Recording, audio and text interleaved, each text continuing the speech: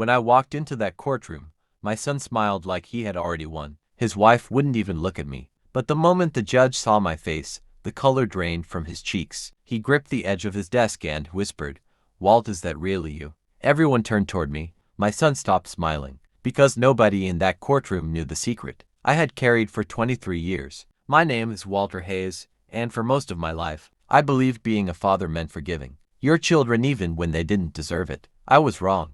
I had spent decades building a small construction company in Riverton, Ohio. It wasn't glamorous, but it paid the bills, put food on the table, and gave my only son, Ethan, every opportunity I never had. When Ethan married Clara, I welcomed her like my own daughter. I helped them buy their first house. I paid for Ethan's business training. And when they struggled financially, I quietly covered their debts. I never kept score, until the day they decided I was no longer useful. After my wife died, I became quieter.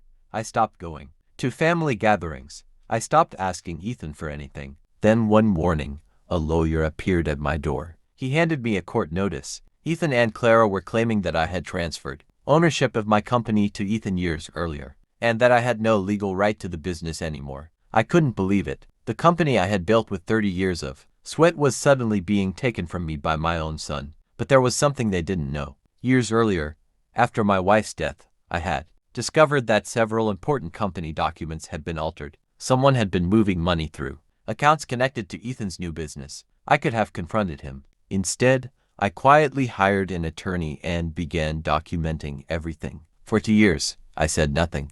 I let Ethan believe I was weak. Then came the courtroom. Ethan sat confidently beside Clara. When I entered, he looked at me and smirked. I took my seat. The judge looked at me, then suddenly froze. His expression changed completely. He leaned forward. "Walt Hayes." I nodded. His hand began to shake. "Is that really you?" The courtroom went silent. Ethan looked confused. Clara finally turned toward me. The judge explained that nearly 25 years earlier, he had worked as a young attorney on a major case involving my company. Back then, I had helped expose a financial scheme that had destroyed several families. The judge remembered me because I had refused a settlement that would have protected me while leaving others responsible for the damage. "I remember you," he said quietly.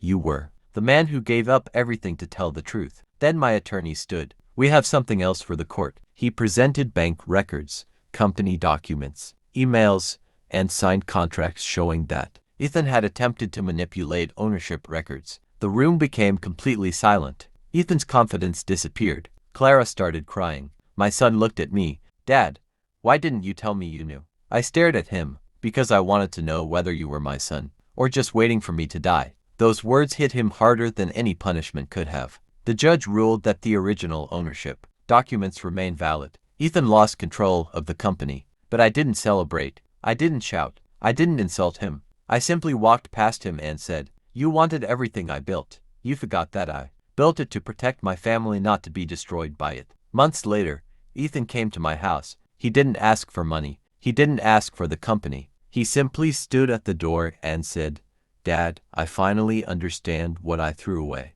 I looked at him for a long moment. "Some things can be rebuilt," I told him, "but trust has to be earned brick by brick." Then I closed the door, not because I hated my son, because for the first time in my life, I had finally chosen to protect myself. Sometimes the strongest revenge isn't destroying the people who hurt you. It's rebuilding your life so completely that they no longer have the power to destroy it.